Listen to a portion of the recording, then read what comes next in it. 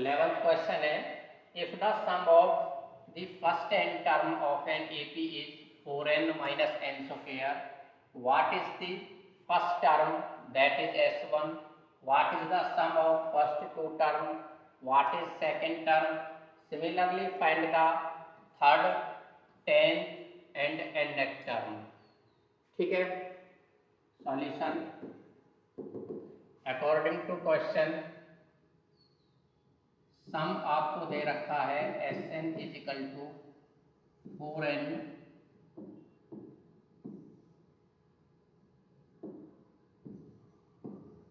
Minus n square. ठीक है, n की वैल्यू हम 1 पुट करेंगे तो यहाँ से S1 equal to 4 multiply 1 minus 1 का स्क्वायर, 4 इंटू 1 4, 1 का स्क्वायर 1, तो 4 माइनस 1 3, यानी S1 इक्वल टू 3। तो आपकी फर्स्ट टर्म क्या हुई,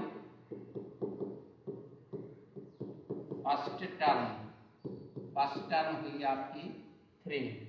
ठीक है, नेक्स्ट सेकेंड टर्म निकालेंगे,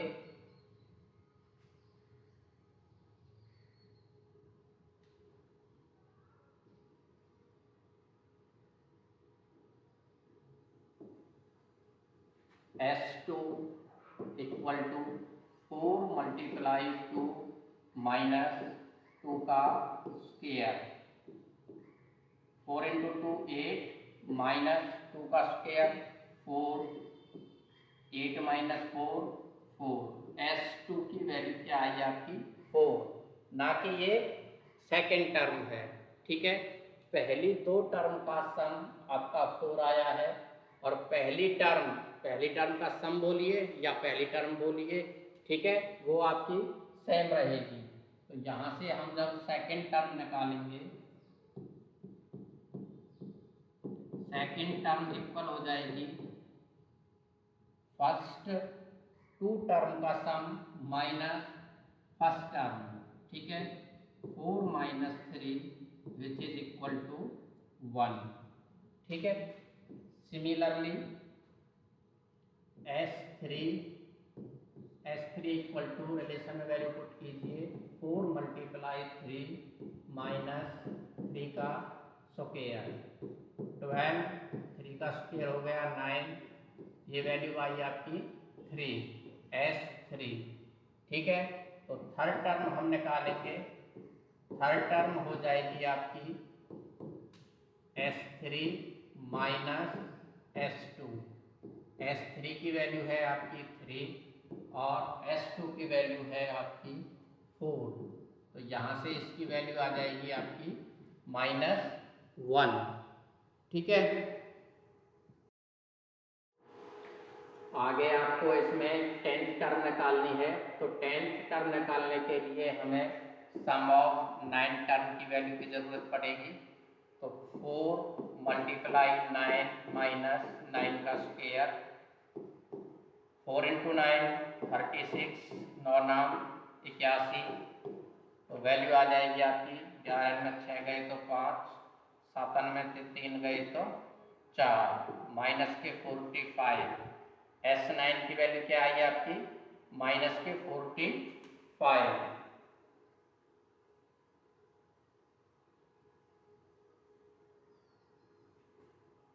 सिमिलरली S10 निकालेंगे हम, S10 equal to 4 multiply 10 minus 10 का स्क्वायर, 4 मल्टीप्लाई 10 40 माइनस 10 का स्क्वायर 100, ये वैल्यू आई आपकी माइनस के 60। S10 की वैल्यू आई है। अब हमको 10th टर्म फाइंड करनी है, तो आपकी 10th टर्म हो जाएगी S10 माइनस S9। ठीक है, S10 की वैल्यू है आपकी -60 और S9 की वैल्यू है -45। तो -60 माइनस इंटू माइनस क्या हो जाएगा आपका +45, -16 +45 क्या वैल्यू मिलेगी आपकी -15। ठीक है, तो ये आपकी 10th टर्म हो जाएगी, 10th टर्म। सिमिलरली आपको nth टर्म निकालनी है, तो nth टर्म निकालने के लिए Sn और Sn-1 की वैल्यू हम निकालेंगे। तो Sn-1 equal to 4 into n-1 minus n-1 का whole square, 4n minus 4 minus n-1 के होल स्क्वायर को हम ओपन करेंगे, a माइनस बी का होल स्क्वायर, ए स्क्वायर प्लस बी का स्क्वायर माइनस 2ab, ठीक है।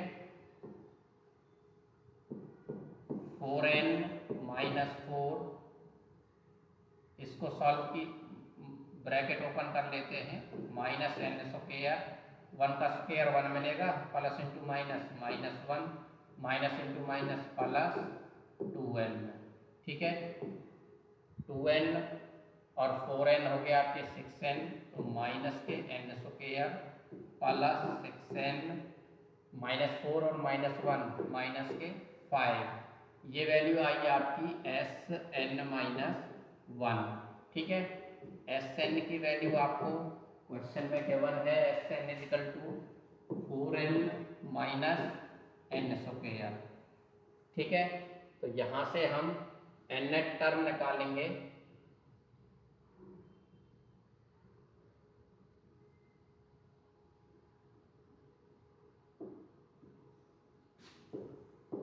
nth टर्म इक्वल टू हो जाएगा Sn माइनस Sn-1। Sn की वैल्यू रखेंगे 4n minus n square minus bracket में minus n square plus 6n minus 5, तो 4n minus n square minus into minus plus n square minus into plus minus 6n minus into minus plus 5, n square से n square cancel हो जाएगा, 4n,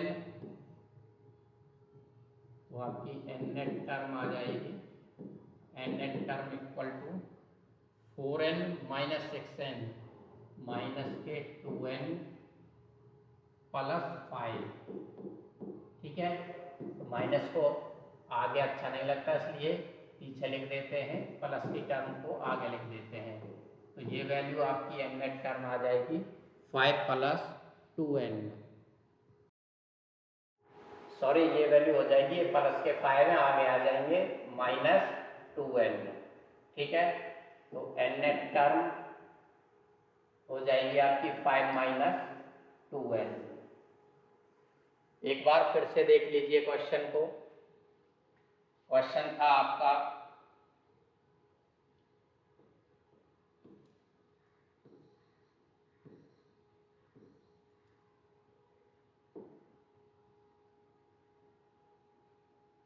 if the sum of first n term of an AP is 4n minus n square, ये n square है, what is the first term, that is S1, what is the sum of first two terms, what is the second term, similarly find the third and 10th and nth term, ठीक है। तो हमने relation दे रखा था Sn equal to 4n minus n square, Sn की value हमने 1 put की, n जहाँ जहाँ आपकी n है वहाँ वहाँ वैल्यू हमने 1 पुट की है, तो ये सॉल्व करके S1 की वैल्यू 3 आई, that is first term equal to 3। फिर S2 की वैल्यू निकाली, sum of two term, n की वैल्यू 2 पुट की, यहाँ से S2 की वैल्यू 4 आई। हमें सेकंड टर्म निकालनी थी, सेकंड टर्म होगी आपकी पहली दो टर्म का सम माइनस फर्स्ट टर्म, ठीक है, 4 minus 3 which is equal to 1, ये आपकी सेकंड टर्म हुई।